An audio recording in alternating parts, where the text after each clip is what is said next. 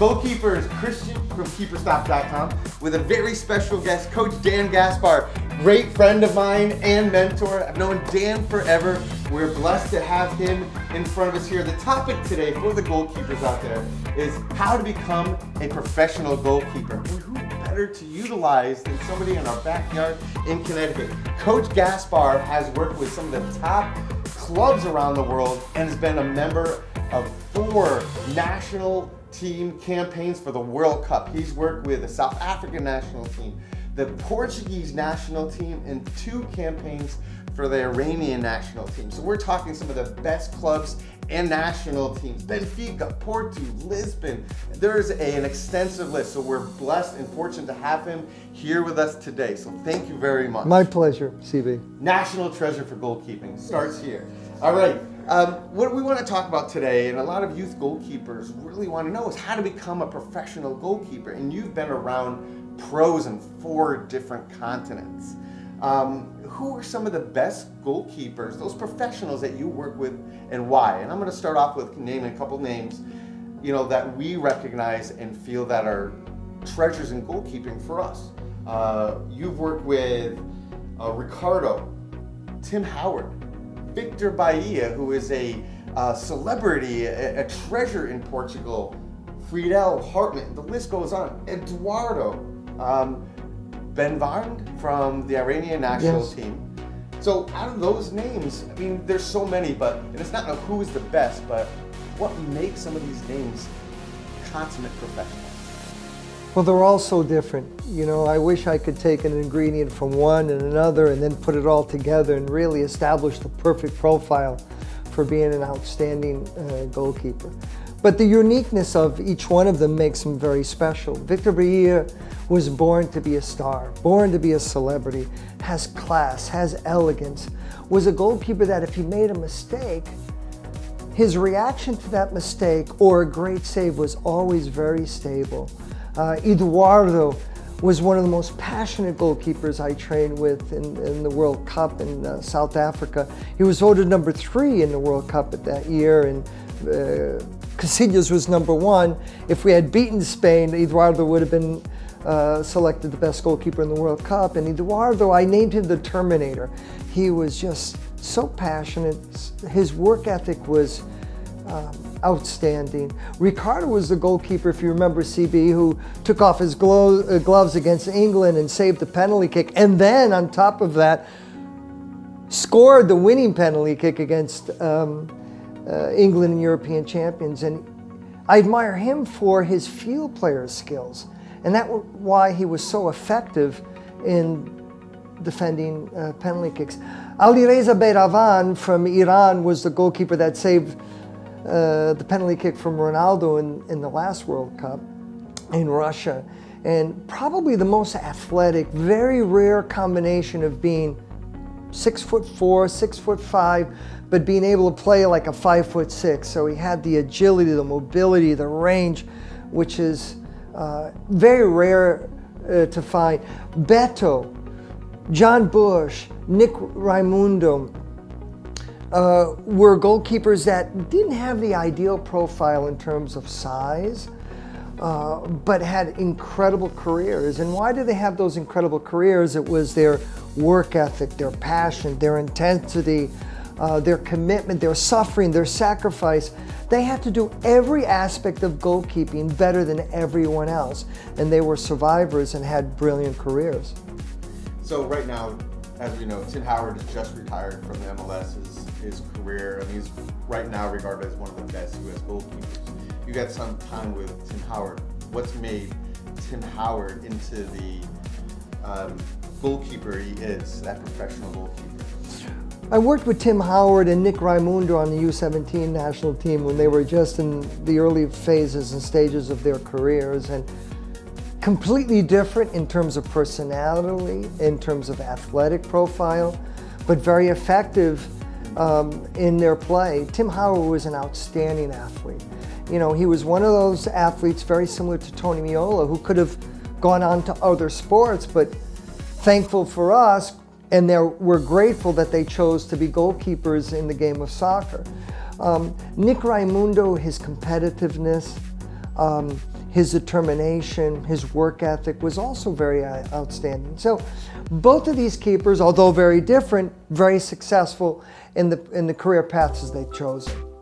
From what I've read about using Tim Howard as an example, it's just the belief in himself, the faith he had on and off the field. We know that he's a Christian. And I think some of that, and I'm, not agnostic or whatever, but from what I've read, I love the faith he had in himself and just faith in something else. It just shows that level of faith that you need to have in yourself and in other things to really drive you to that next level. He's much more than a goalkeeper. Yeah. His skill set has gone well beyond the position of goalkeeping, and he has Tourette's, and he was able to overcome that and at the highest levels of competition when he played at Man U and other clubs in England. And his longevity is something that we need to respect, as well as with Brad Friedel.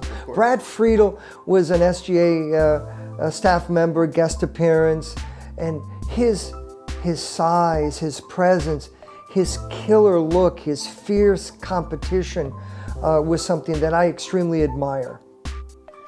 Speaking of SGA, so as somebody who's been through the program as a goalkeeper and now as a director and a lifelong always member, of course, what are some of the philosophies that you teach some of these young goalkeepers that have aspirations to be the best, to potentially become a pro? Because you're working with some world-class goalkeepers, but also very young goalkeepers. So what do you instill on? First of all, CB, my commitment to the goalkeeper who put on the gloves for the first time to a world-class international goalkeeper is exactly the same. My standards of excellence are exactly the same. And for me, it's about the joy, it's about the art, it's about the passion. We all have to establish the consistency, the composure, the decision-making, the technical foundations that need to be established while maintaining their personality. I've said this many times before, and I'll repeat it again because I believe it so strongly, is that 98% of the goalkeepers, or even athletes that we work with as coaches, they show up. They have the shiny boots, they have the jersey, they have the expensive gloves. They're all kit out. That's step number one, is to show up. But to become the best that you can be, you need more than that. And what we demand of our students at SGA is not only do they show up physically, but they show up with their brain. Your brain can be your worst enemy, or it can be your best friend. We try to teach them the brain to become their best friend. They want to learn a word, they want to learn an activity, they're like sponges, they want to absorb the knowledge and the wisdom and experiences that our coaches share with them. In addition to bringing their body, their brain, they have to bring their heart, they have to bring their soul, they have to love what they're doing with passion.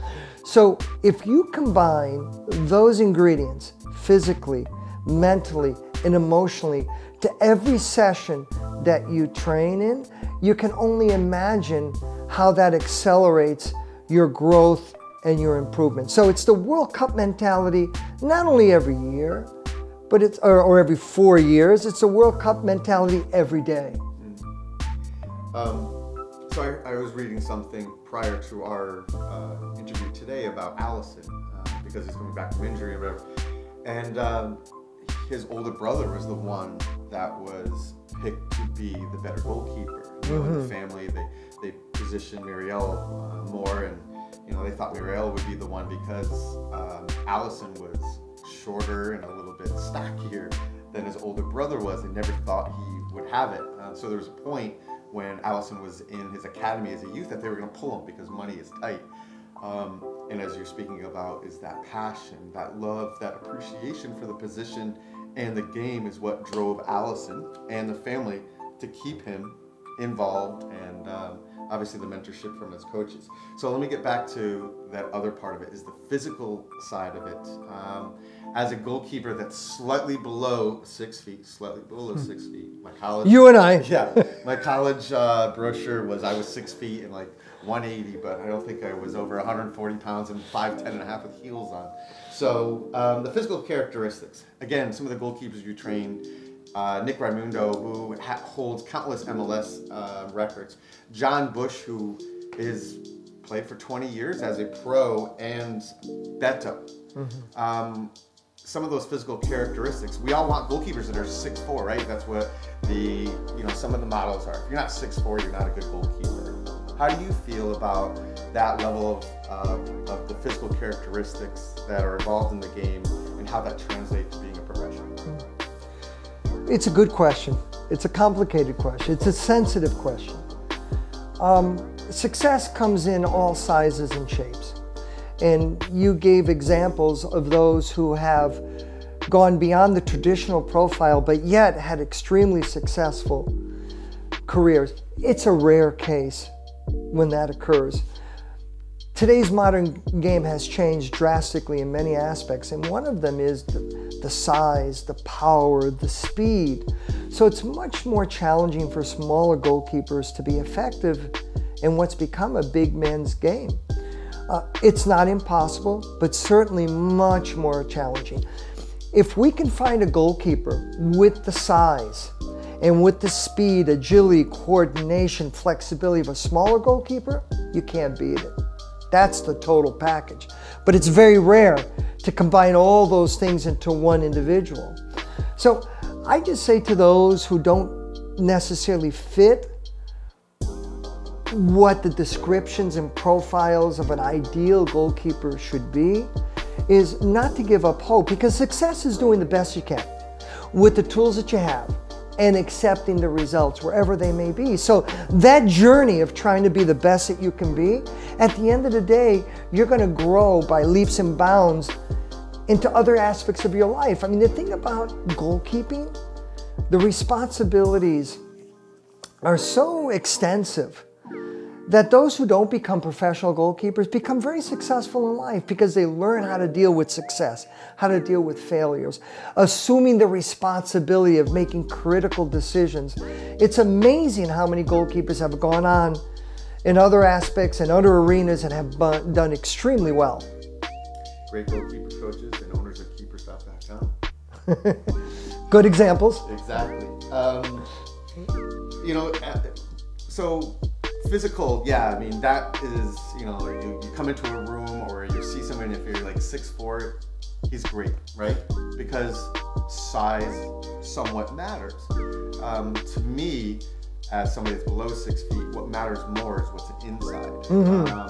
So another question, based on your experience around the world, World Cup qualifications, what are some of the psychological components that youth goalkeepers need to not necessarily possess, but develop to become a professional, or to think about that professional path? Yeah. Outstanding question, CB. I believe the psychological component is one that's least addressed and most overlooked. They need to understand attention to detail, because details do matter. Details do affect performance. They need to understand the commitment, the sacrifice, the suffering that needs to take place in order for them to develop and achieve the dreams and the aspirations that they have established for themselves. They need to understand the importance of technique, saving consistently the same way so that you have consistency and also you reduce injury.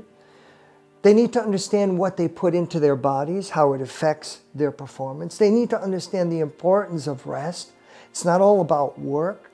You have to be able to have some balance in life. You have to be able to, yes, be obsessive with what you're trying to achieve, but at the same time, understand the importance of turning the switch off. Oftentimes, I see goalkeepers approach training and their switch doesn't change. Approaching the field and training is the same. It's got to change. Approaching the field is one thing. Once you cross that line, the switch needs to to be turned on. So it's really a holistic approach rather than just focusing on the skills of goalkeeping. It's focusing on the overall characteristics of being a good human being, having strong character, having great training ethics, doing what the rest don't want to do, training on a Sunday morning, training on a rainy day or a snowy day or a windy day, getting up before everyone else. All these things, when you combine them, really produce the type of athlete who's going to be the best that they can be with the tools that they have. I'm going to name a couple names. We've already done a couple, but what were some of the psychological characteristics that made them consummate professionals? Kevin Hartman. Yeah, Kevin Hartman is the older generation of goalkeepers, which I have a tremendous admiration, tremendous respect. Again, not one of these goalkeepers that had a presence that you would automatically be in awe of, but his passion, his work ethic, his determination, his communication skills.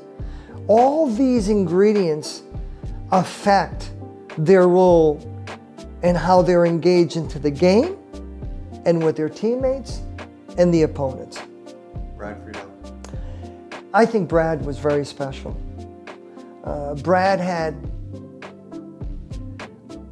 probably the most complete ingredients to becoming a perfect goalkeeper. He had this fierce competitiveness, this look that demanded respect. His presence was phenomenal. His agility and quickness and explosiveness was equally as well balanced.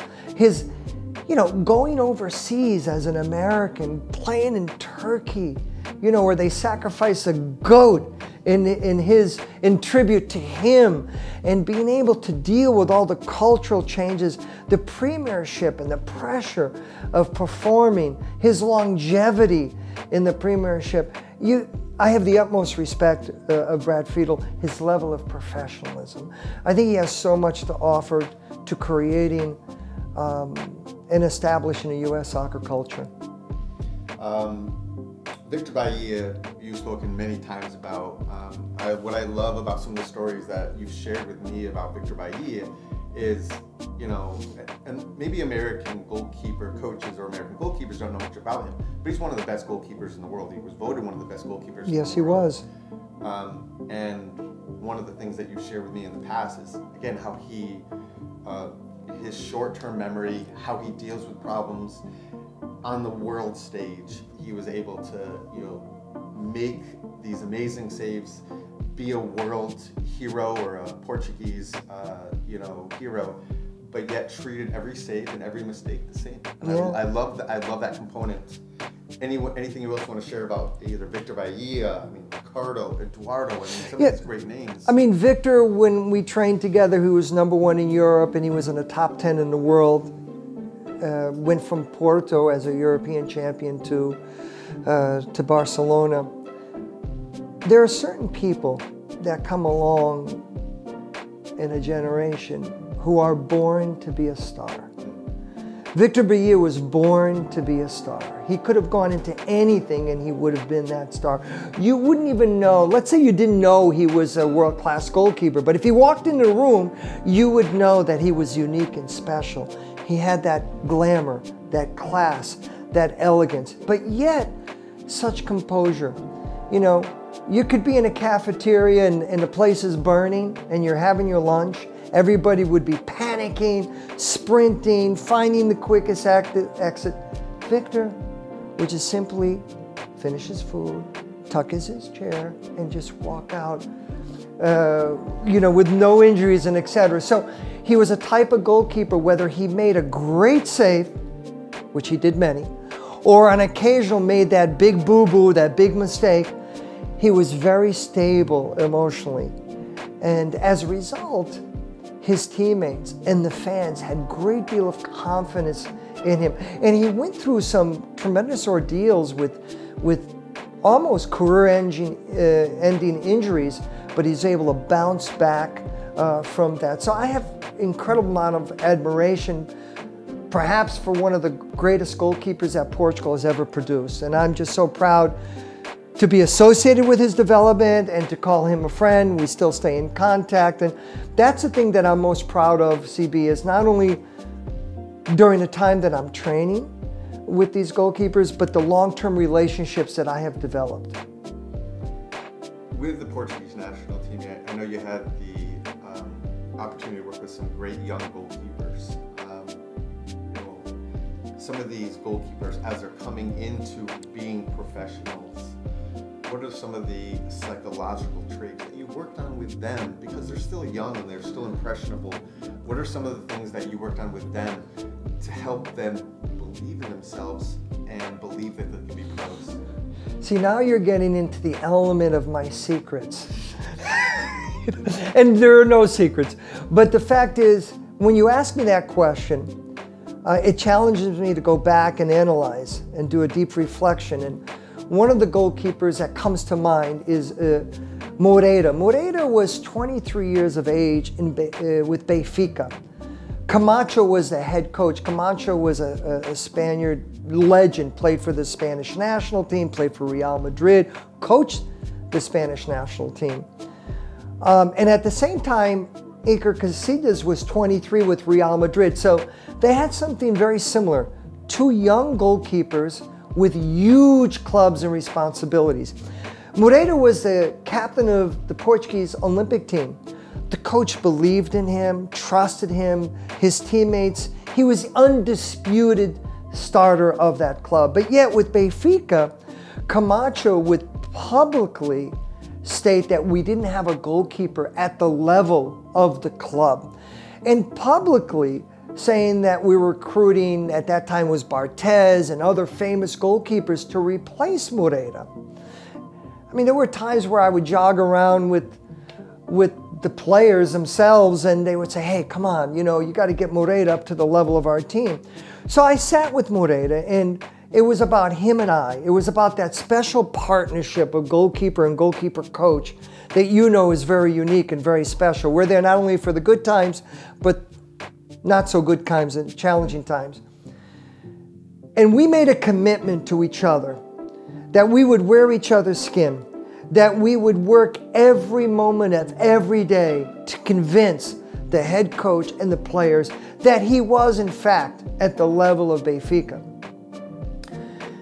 And I gave him a nickname. And the nickname that I gave him was the Gladiator. Now, why did I do that? Because I thought about the gladiator, how they dress very methodically. Thought about the gladiator in the arena, the Colosseum, and when they have to make that fatal decision. I mean, the gladiator, either you come out alive or you come out on a stretcher dead. It's one or the other. There's no in between. And the conviction that they had to have to make that final decision. And I kept calling him Gladiator every day. Every time I emailed him, it was Gladiator. And then one day we have a double-decker bus that we travel in, and he called me up on top of the bus and he goes, hey, come on up here. And I went up there and he pointed, look in my bag. And I saw that he had the movie, The Gladiator. And I knew I had him. I knew I had him because he was young enough. He was eager to learn, to grow, to absorb. And we had a match in Norway for UEFA Cup against Rosenborg, and he was man of the match. The players carried him off on the field on their shoulders and really salvaged the result. From that point on, Camacho never said a word. The assistant coach never said a word. The field players never spoke to me again because he became the #1 starter of the team until the rest of the season, got called up to the senior national team, and on top of that was voted MVP by the fans. So I have a lot of pride in that story because I know I had an impact in that development, but it was only possible because he bought in to the program. It's a psychological component that is hard to quantify and pull out of players, is to believe in oneself, you know, and I think that's where it really lies, is that he had the talent. It's a matter of believing that he had it, believing he could be that gladiator. And, you know, I think for a lot of youth goalkeepers, you know, we're going to make mistakes. They're going to make mistakes. You know, and it's not only with the goalkeeper coach, it's also with the technical staff. If the technical staff believes and demonstrates in that goalkeeper, even after a mistake, that's the thing. Goalkeeper makes a mistake, that's when they look down the bench and they look at the goalkeeper coach, and that's the only time they remember the goalkeeper coach, when there's a devastating mistake that costs the result.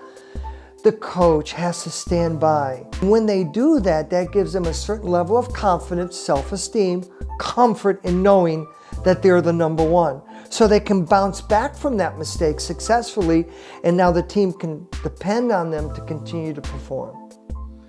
So you touched on it a little bit, but a part I think that is not addressed in the U.S., worldwide, is we hear stories of Peter Cech enjoying ice hockey or table tennis, or Stefan Frey from the MLS being an artist. Something I recently found out preparing for life after soccer. But he's an artist. How do you feel about the well-rounded nature in training from a well-rounded, holistic standpoint on and off the field? And I'll just explain that a little further. Owner of Star Goalkeeper Academy that sees 6 years old to 18, 22-year-olds. You've developed curriculums for the U.S. national team and program, Portuguese National Federation, as well as Iranian Federation as well. So you've seen it all throughout. Do you feel that specialization is something that helps or hurts? And where do you think being a well-rounded athlete as a Division I coach, where do you think that all fits in to being the best goalkeeper at the professional level or for the next level? Yeah. We need to be careful. We need to be cautious. Specialization at a certain age probably makes sense. What age is that? Probably 13 and older. But that doesn't mean that's all they do is play and train and perform the position of goalkeeping. 7 days a week we're here now. Yeah. And, I believe in more of the holistic approach. I believe in developing cultured goalkeepers, meaning that they're good students, they have an awareness of the world game, that they experience other sports that are great cross-references to goalkeeping, cross-training. Anything that has to do with hand, eye, ball training is going to enhance their goalkeeping. So volleyball, tennis, racquetball, basketball is fantastic for goalkeepers to play in their off-season. We got to be careful with the burnout factor. And we see that, unfortunately, more than we would like, especially in the United States of America. We have to be able to give them diversity, not only from a culture perspective, but also from an educational perspective. So, the most successful goalkeepers that I've trained and have gone to have great careers are those that have a well-balanced, well-rounded life. They have family values, they have good relationships, they have that hunger and that commitment to train, but also enjoy life. We're here for a short period of time. Not all of us are going to be on the national team. Not all of us are going to have the opportunity to play in the World Cup or get that scholarship, but we have to be better people as a result of the journey that we've taken to try to achieve those dreams and those aspirations. All of your international experience is something that goalkeepers can experience at Star Goalkeeper Academy. Is there one thing, one piece of your philosophy that you drive home at Star Goalkeeper Academy that helps motivate, inspire the youth goalkeepers for the next level? I mean, there isn't one particular scenario that I can share with you. I think there's a few. Hardcore goalkeeping. Hardcore goalkeeping starts within and gets away from your body. Unfortunately, young goalkeepers want to start out here and then work back in. Goalkeepers need to understand, for their head coach to sleep well at night, they just need to do what they're supposed to do. They don't have to go beyond that. Unfortunately, we try to train beyond that.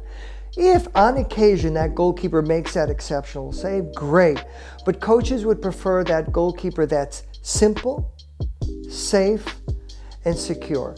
The other simple thing is respect the magic object, respect the ball. Understand that the ball is an extension of their personality.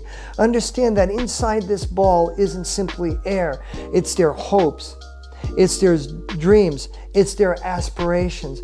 They should love that ball. That ball has to be a partner. That ball has to be part of who they are as a being. When you go overseas, nobody loses a soccer ball overseas.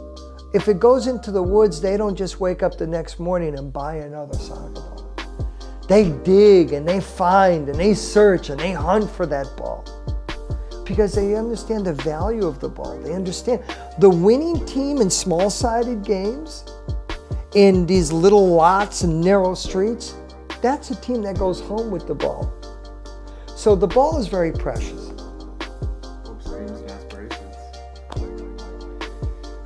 We've had an exceptional opportunity to communicate and ask questions and just really articulate what it takes to become a pro from one of the greatest goalkeeper coaches of our time, Dan Gaspar. So I want to thank you for being a part of this. I know we share these conversations often, and I value them, and I hope the goalkeeper community does as well. So I want to encourage you to log on and learn more about Star Goalkeeper Academy, learn more about Coach Gaspar, ask questions. He is available. I've seen it in the past, whether it's a professional goalkeeper that wants to show his respect to you and says hello, to the youth goalkeeper. I mean, I see you show the same appreciation and passion for the 6-year-old versus the 6-time champion. So, and that's the biggest compliment you could give me. I appreciate that. So the thing that I'll say just to end, and if you have any final thoughts as well, is we all want to become a professional goalkeeper. As a college coach, and you've been at that college level as well, is that you have to be well-rounded. You have to love what you do. Your motivation can't be only the scholarship or the paycheck. It has to start with a love and appreciation Absolutely. for soccer and goalkeeping. Because at the end of the day, you know what? Things happen. There's injuries. There's political natures to clubs, and you may not get your opportunity to become that pro. So at the very core, you need to love what you do. You want to be there, whether it's a shiny new uniform or just your normal sweats. You have to love it. And I want to say is that you're going to go pro in something. So that love and appreciation, that well-roundedness, that dedication, because of the passion, that is what's going to help you enjoy the game, enjoy your successes, help you get through the failures. So love what you do, make sure it's for the right reasons, and then from there, everything else falls into place. Because at the end of the day, you know what? Maybe you were a great college goalkeeper, but nothing materialized after that. Maybe it was just high school. But all of those experiences help us be the best father, the best friend, the best husband, the best brother or sister that we can be. So we're all gonna go pro in something. And the foundation of goalkeeping, it saved me from many things. My background was, I've had some successes, had some failures, I've had some support issues. Goalkeeping helped me move beyond those. And I wanted to make sure that I communicate that to goalkeepers out there, because it helped me and I want it to help you. It's not just because we're trying to go to college or we're trying to go to the pros. It's because you love it. I couldn't agree more with what you just said, CB. I mean, that was very well stated, and it's true. And as I mentioned earlier, I can't count the number of goalkeepers who have gone on to other arenas and other careers and pursued other opportunities and have become very, very successful. And the crime is avoiding that burnout factor, losing a potential coach, referee, fan, father to guide their own son and daughter. That's where the crime comes in if we try to do too much too early and go well beyond the reality of the expectation. So I totally agree with what you just said. I want to thank Dan Gaspar founder, Star Goalkeeper Academy. Make sure you log on, attend a camp during the summertime. If you have any questions, as I said, Dan is there for you. Any questions, as always, keeperstop.com. We want to hear from you. And something that, as a camper and as a director, we can always end with is that, remember, the ball stops here.